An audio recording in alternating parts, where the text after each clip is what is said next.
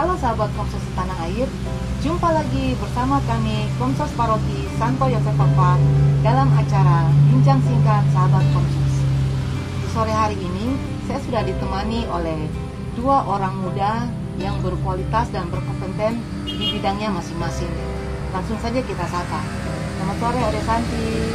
Selamat sore Ode Tina. Sore kawan. Gimana nih kabarnya sore ini? Puji Tuhan, baik, sehat. Sahabat Komsos Tanah Air, di sore ini saya sudah bersama dengan Adik Santi Letsoin. Dia berprofesi sebagai analis kesehatan di Laboratorium RSUD Kabupaten Fakfak. Dan juga Adik Martina Koten yang berprofesi sebagai perawat di ruang ICU RSUD Kabupaten Fakfak. Adik Santi, kalau saya boleh tahu motivasi untuk memilih jurusan analis kesehatan itu apa? Baik, terima kasih Kak.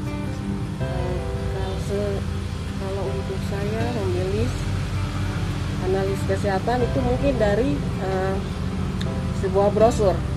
Brosur itu di mana saya selesai SMP, saya ditawarkan untuk bersekolah di Jayapura. Jadi di Jayapura itu ada sekolah menengah analis kesehatan atau biasa dibilang SMAKES. Jadi itu setara dengan SMA. Jadi kita mulai belajar itu dari dasar untuk melakukan pemeriksaan darah, pemeriksaan sampel dari pasien-pasien. Jadi mulai dari situ saya juga tidak tahu juga sebenarnya analis itu apa. Jadi seiring waktu saya bersekolah, oh ternyata analis kesehatan itu bekerjanya tuh memeriksa darah, bisa sampel malaria kita periksa, terus memeriksa sputum pasien. Jadi dari situ saya mulai akhirnya bagus juga. Jadi saya juga tertarik. Jadi saya berpikir kalau selesai dari sekolahnya 3 tahun. Selesai ini saya juga mau melanjutkan ke jenjang pendidikan lebih lanjut lagi. Jadi dari situ saya pikir analis ini bagus juga untuk situ kita bisa tahu bagaimana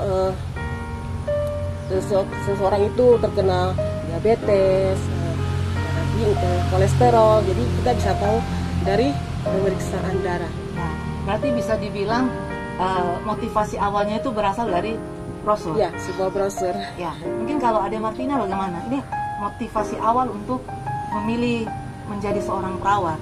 Karena menjadi seorang perawat ini kan saya pikir tidak mudah. Benar. Mungkin bisa dijelaskan. Baik, makasih Kak Fen. Jadi kalau saya, motivasi untuk menjadi seorang perawat itu sebenarnya muncul dari diri sendiri. Saya memiliki kerinduan yang begitu besar untuk bisa melayani, untuk bisa merawat orang-orang yang sakit dan orang-orang yang butuh pertolongan. Itu terjadi ketika saya masih duduk di bangku sekolah. Ketika itu salah satu orang tua saya sakit, kemudian harus dirawat di rumah sakit. Di sana saya melihat peran perawat yang begitu besar dalam proses penyembuhan dan juga pengobatan untuk pasien-pasien. Bagaimana mereka bisa memberikan asuhan keperawatan secara komprehensif, secara menyeluruh, tanpa harus memandang latar belakang, tanpa memandang suku, agama, ras maupun golongan dari pasien-pasien yang mereka rawat. Nah, dari situ saya merasa bahwa saya ingin menjadi seperti mereka. Saya merasa terpanggil, hati nurani saya merasa bahwa kelak saya harus menjadi seperti mereka, menjadi pelayan, menjadi orang yang bisa berguna, khususnya dalam dunia kesehatan. Ini kan kalau mau kita lihat rata-rata kan kita tahunya itu yang bekerja di RSUD itu kalau bukan perawat pasti dokter. Nah, yang kita tahu bahwa yang mengambil sampel darah kita itu adalah perawat. Ternyata itu tugasnya analis kesehatan. Nah, Adik Santi mungkin bisa dijelaskan secara spesifik analis kesehatan itu apa saja kerjanya di Laboratorium RSUD Kabupaten Fakfak. Jadi biar sahabat Komsos di rumah pun bisa lebih paham. Ya, baik. Jadi profesi kita itu ATLM. Jadi kami berkecimpung di analis kesehatan. Jadi biasa masyarakat lebih taunya analis laboratorium. Jadi kami bekerja sehari-hari di laboratorium. Dokter mendiagnosis penyakit itu dari hasil pemeriksaan kita. Jadi seperti dokter bilang pasien ini dia diabetes, tapi harus melalui pemeriksaan darah. Setelah itu dokter bisa mendiagnosis pasien itu dia terkena diabetes. Jadi berarti kalau mau dibilang analis kesehatan ini memang benar-benar pekerjaannya membutuhkan ketelitian ya? Iya.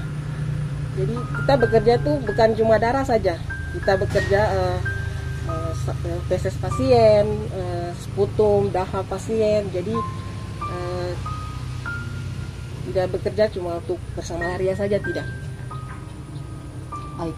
Kalau untuk Adetina, dukungan keluarga sendiri bagaimana dengan profesi perawat saat ini? Iya Kak Fen. Jadi saya setelah menyelesaikan pendidikan di tingkat SMA, kemudian saya memutuskan untuk melanjutkan pendidikan untuk berkuliah di bidang keperawatan. Nah, keinginan saya ini kemudian saya sampaikan ke keluarga, ke orang tua pada saat itu, dan puji Tuhan mereka memberikan respon yang baik, respon yang positif, sehingga kemudian saya mulai berkuliah selama sekitar 4 tahun di bidang keperawatan. Namun setelah itu karena aturan kami yang berkuliah mengambil jurusan Serata 1 keperawatan diwajibkan untuk sekali lagi mengambil jurusan profesi. Itu kami tempuh selama 1 tahun, Kak Fen. Jadi kembali lagi saya sampaikan keinginan saya kepada keluarga dan orang tua, karena untuk bisa mengambil profesi ini dibutuhkan biaya yang tidak sedikit waktu itu. Jadi kembali saya sampaikan, dan sekali lagi puji Tuhan bahwa keluarga orang tua sangat mensupport, sangat mendukung, sehingga saya bisa langsung melanjutkan pendidikan profesi selama 1 tahun, dan berkat dukungan doa, restu, dan juga motivasi dari mereka, saya bisa menyelesaikan itu tepat waktu, dan hingga saya menjadi seorang perawat. Nah, kalau Ade Santi sendiri kan seperti kita tahu sudah berkeluarga. Ini dukungan dari istilahnya dari suami, dari anak, dengan dari orang tua sendiri bagaimana nih dengan profesi analis kesehatan di laboratorium? Kalau dukungan dari keluarga yang mendukung, tetapi kan selalu bekerja dengan hati-hati, karena di dalam pekerjaan kita di laboratorium banyak sekali pasien dan banyak sekali sampel yang kita dapatkan. Semua itu kan dengan berbagai macam virus, bakteri, jadi kita harus tetap safety. Jadi ya harus berhati-hati dan tetap mengandalkan Tuhan. Jadi kalau dalam pekerjaan ya kita kan bekerja untuk mendiagnosis pasien dalam satu penyakit itu, kita tidak tahu bagaimana ada yang mungkin kita bekerja, mungkin kita ada kesalahan, ya tetap untuk menjaga kesehatan kita sama keluarga juga kita tetap harus berhati-hati. Baik sahabat Komsel setanah air, adik Santi dan adik Tina ini di usia yang mereka yang masih muda, mereka sudah cukup mempunyai pengalaman yang luar biasa. Ketika 2020 kasus COVID-19 sedang meningkat di Kabupaten Fakfak, mereka berdua ini terlibat secara langsung di tim COVID RSUD Kabupaten Fakfak. Baik Ade Santi sama Ade Tina, ini terkait COVID-19 ya. Seperti kita tahu, di pertengahan 2020 kemarin angka COVID-19 di Kabupaten Fakfak kan meningkat. Nah, Ade Santi ini kan terlibat secara langsung dari awal, kalau tidak salah dalam pemeriksaan sampel pasien COVID yang pertama. Nah, mungkin di kesempatan ini Ade Santi bisa bercerita sedikit pengalaman ketika itu. Mungkin ada perasaan takut, ada perasaan was-was, aduh nanti saya tertular apa enggak ya, mungkin bisa diceritakan. Baik, jadi mulai awal pandemi COVID, kami terjun langsung, saya di bidang kami laboratorium kita terjun langsung ke lapangan, yaitu untuk mengambil sampel swab nasofaring pasien sampai kita harus karena belum ada alat kita, jadi kita kirimnya ke Makassar. Dari terjun itu kita dari mulai memakai hazmat, dari biasa memakai hazmat level 3, jadi tidak boleh ada ruang udara pun yang masuk. Kalau untuk perasaan takut ya memang takut. Itu kalau untuk penggunaannya hazmat sendiri di lab berapa jam biasanya? Biasanya itu tergantung pemeriksaan kita, tapi paling bertahan kalau untuk kita 2 jam. 2 jam ya? Iya. Oke, mungkin bisa langsung kita lihat di cuplikan berikut ini Adik Santi dengan menggunakan hazmat di laboratorium RSUD Kabupaten Fakfak.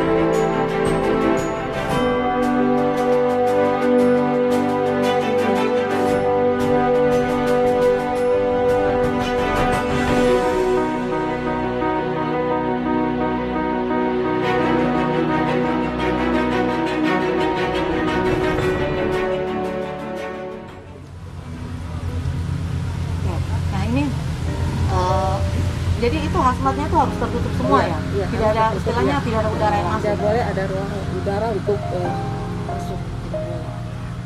Nah, kalau Adetina sendiri kan seperti kita tahu terlibat langsung di dalam tim COVID-19 RSUD Kabupaten Fakfak. Yang kalau tidak salah penempatannya waktu itu di ruang isolasi perawatan pasien COVID.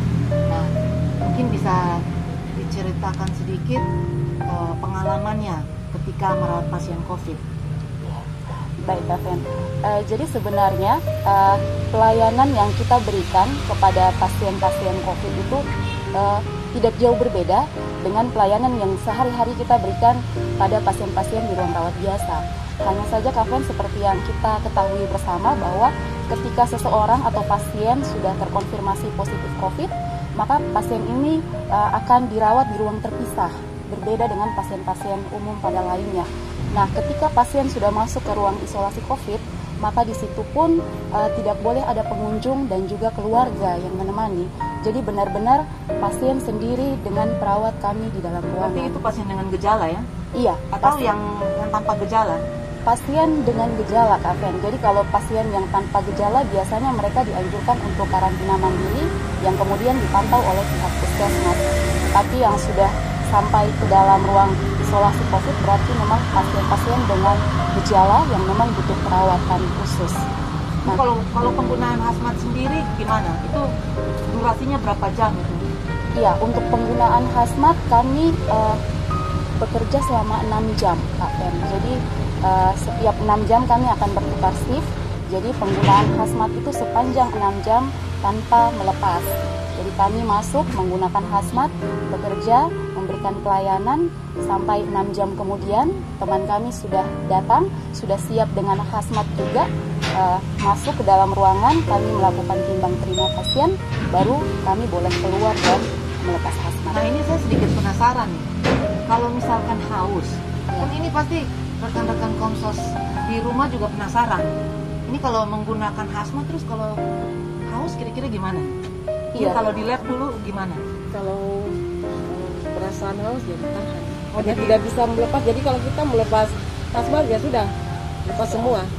Luar biasa ya rekan Komsos tanah air. Memang profesi mereka sebagai medis ini memang benar-benar membutuhkan kesabaran dan mental baja. Nah ini berarti itu untuk semuanya juga ya. Mungkin kalau istilahnya keinginan ke toilet atau apa gitu gimana? berarti dilepas semua. Oh, jadi itu istilahnya sekali pakai gitu Iya, ya? sekali pakai. Baik rekan Komsel Setanah Air, sedikit saja bercerita bahwa adik Santi ini selain sebagai analis kesehatan, dia memeriksa sampel pasien COVID-19. Ternyata dia sendiri pun pernah positif COVID-19. Gimana perasaannya menjadi seorang pasien COVID-19 yang harus berpisah dengan keluarga karena harus dikarantina juga ya? Jadi kalau mau bilang perasaan, memang kita stres ya. Yang namanya juga kita manusia, pasti ada kelalaian dalam bekerja. Jadi saya bercerita sedikit waktu tahu kalau saya terkena COVID lagi. Jadi saya bekerja selama itu tidak putus-putus. Jadi pasien itu masuk terus. Jadi sedangkan kita bekerja itu ada 3 orang, jadi kita bergantian terus. Jadi pada saat itu alat kita datang, alat TCM. Nah, jadi datang untuk kita mau pemeriksaan awal running pasien COVID di alat TCM-nya tes cepat molekuler. Jadi saat itu saya rasa tidak terlalu untuk memakai yang terlalu Safety? Iya, safety gitu ya. Saya merasa biasa. Berarti tidak menggunakan hazmat itu? Nah, saya menggunakan tapi yang level 2. Oh, yang level 2? Iya, saya menggunakan yang level 2. Oh, sebentar. Ini jadi hazmat sendiri ini ada berapa level nih? 3. Oh, level 3. Jadi level 1, level 2, level 3. Level 3 itu sudah lengkap sekali. Jadi saya memakai hazmat level 2. Jadi ya saya bekerja dari pagi sampai malam. Itu dengan dengan banyak sampah yang saya kerja. Jadi dari situ juga saya sudah merasa lelah juga karena saya tidak bisa berbuat apa-apa. Saya tinggal di dalam ruangan dan di situ tidak ada teman-teman juga di dalam. Jadi ya saat itu ya bagaimana, saya sudah lelah, saya haus, harus keluar dulu. Jadi saya melepas APD, mungkin saya tidak teliti juga untuk melepas APD. Jadi sudah saya lepas saja karena sudah tidak tahan. Selang 3 hari saya sudah merasa rasanya tidak enak. Jadi saya mulai kelek. Saya bilang coba kerja saya dulu karena rasanya tidak bisa. Kayaknya saya sudah terinfeksi. Nah, jadi sudah periksa ya, ternyata saya terkena COVID-19. Berarti ini diawali dengan gejala dulu ya? Saya gejala dulu, saya rasa meriang, sakit kepala, hilang penciuman juga. Nah itu di karantinanya itu berapa lama? Saya karantinanya 2 minggu. Setelah 2 minggu saya periksa ulang. Diperiksa ulang ya, begitu kan hasilnya negatif. Nah kalau untuk Adetina, kemarin kan ketika di ruang isolasi khusus pasien COVID itu juga dikarantina ya kalau tidak salah. Jadi tidak boleh, istilahnya ketika bertugas di ruang isolasi pasien COVID, setelah itu sudah disiapkan tempat untuk tinggal. Benar. Jadi itu tidak pulang ke rumah berapa lama?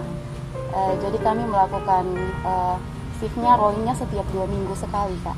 Jadi kami punya 2 tim, ada tim A dan tim B. Tim A bekerja selama 2 minggu full. Setelah itu kami dikarantinakan selama 14 hari, 2 minggu. Nah, masa kami karantina, tim B yang masuk bekerja. Jadi seperti itu berulang terus. Punya rasa ketakutan nggak? Dari profesi saya sebagai medis ini, di masa pandemi COVID-19 ini, jangan sampai saya istilahnya membawa bibit atau membawa virus ke rumah. Apalagi kan dengan orang tua yang lansia. Ada nggak? Ya, kalau dari saya sendiri justru yang punya ketakutan dan kekhawatiran yang luar biasa itu dari keluarga. Kalau saya sendiri memang dari awalnya terpanggil untuk profesi ini, Kak. Jadi segala macam resiko sudah saya pikirkan, sudah saya pertimbangkan. Bahkan untuk tergabung dalam perawat tim COVID ini, saya sendiri secara sukarela menawarkan diri.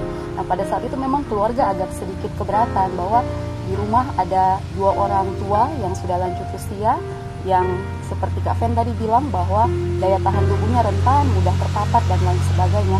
Tetapi saya terus meyakinkan mereka bahwa ini pelayanan saya, ini pekerjaan saya, dan ketika saya melakukannya dengan ketulusan, keikhlasan, maka saya percaya Tuhan juga tetap jaga keluarga dan orang tua di rumah.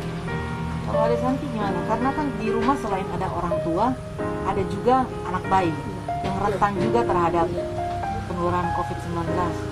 Jadi selama saya melakukan pemeriksaan, mengambil dan memeriksa sampel pasien, selama 3 bulan saya tidak pernah pulang.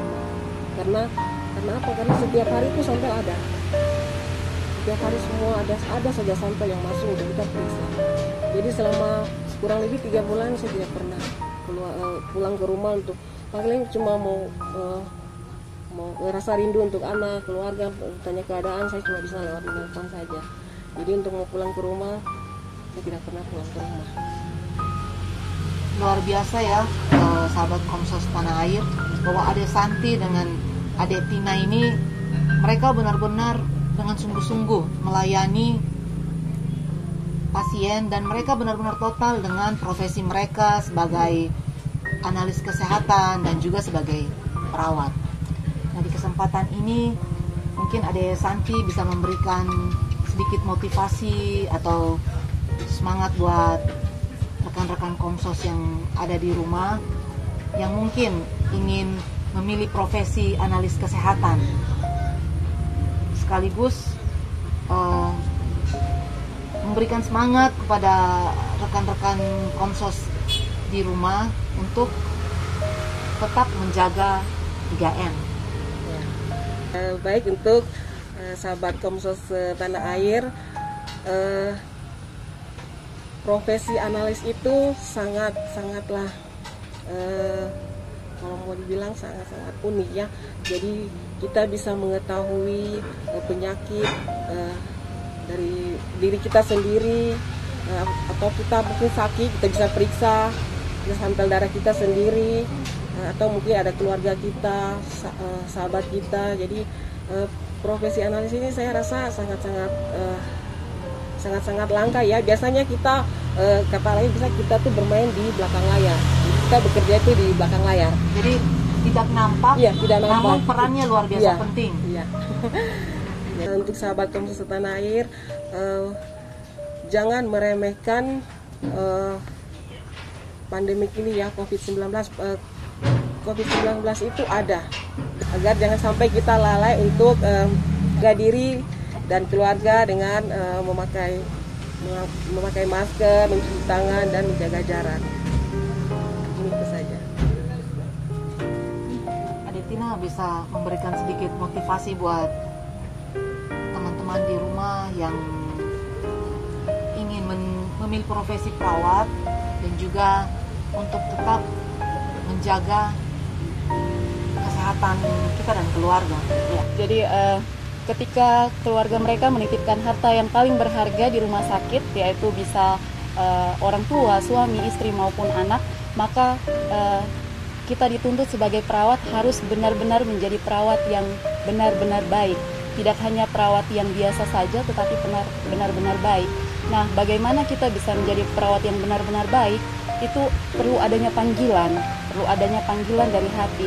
Jadi untuk teman-teman Komsos, sahabat-sahabat muda, generasi muda yang sekiranya punya jiwa untuk melayani, punya jiwa untuk membantu sesama yang sakit, yang menderita, mari kembangkan berkat, kembangkan talenta yang Tuhan beri melalui bersekolah di dunia di bidang keperawatan, sehingga akhirnya bisa menjadi perawat-perawat handal yang tentunya menjadi kebanggaan dari Gereja Katolik secara khusus dan masyarakat pada umumnya.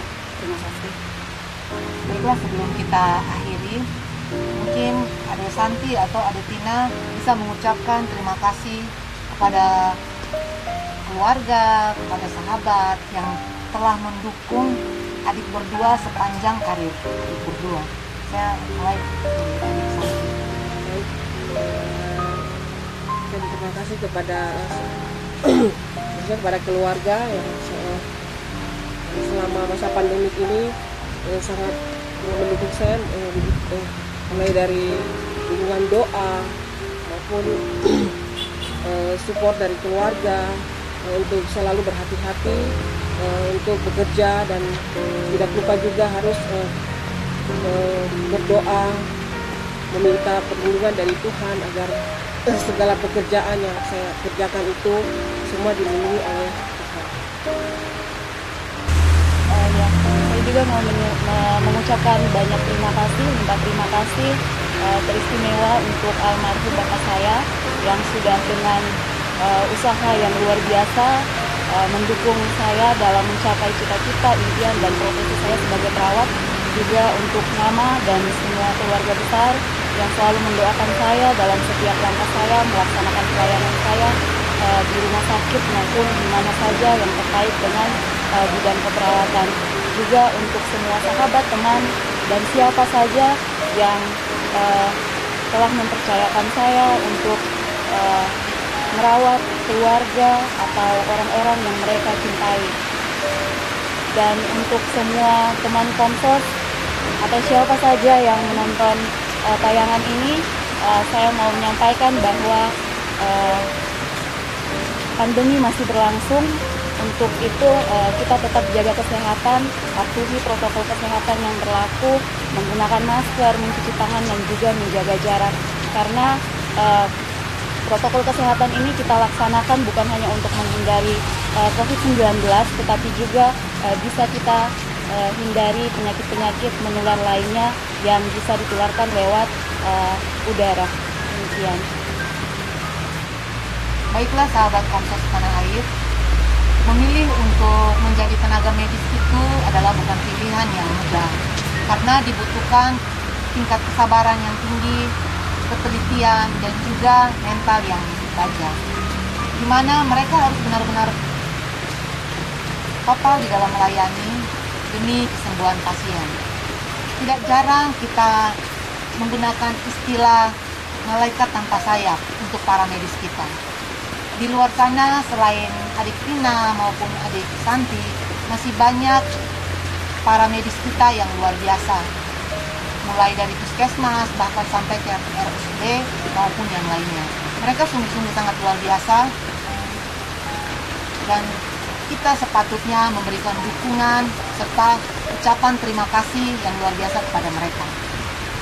Jangan lupa di masa pandemi COVID-19 saat ini, kita harus tetap mengutamakan protokol kesehatan dengan tetap menggunakan masker, tetap mencuci tangan, dan juga menjaga jarak. Demikianlah bincang singkat sahabat Komsos bersama kami, Komsos Paroki Santo Yosef Papa. Jangan lupa like, komen, dan subscribe, karena subscribe dari Anda adalah motivasi bagi kami untuk terus berkarya.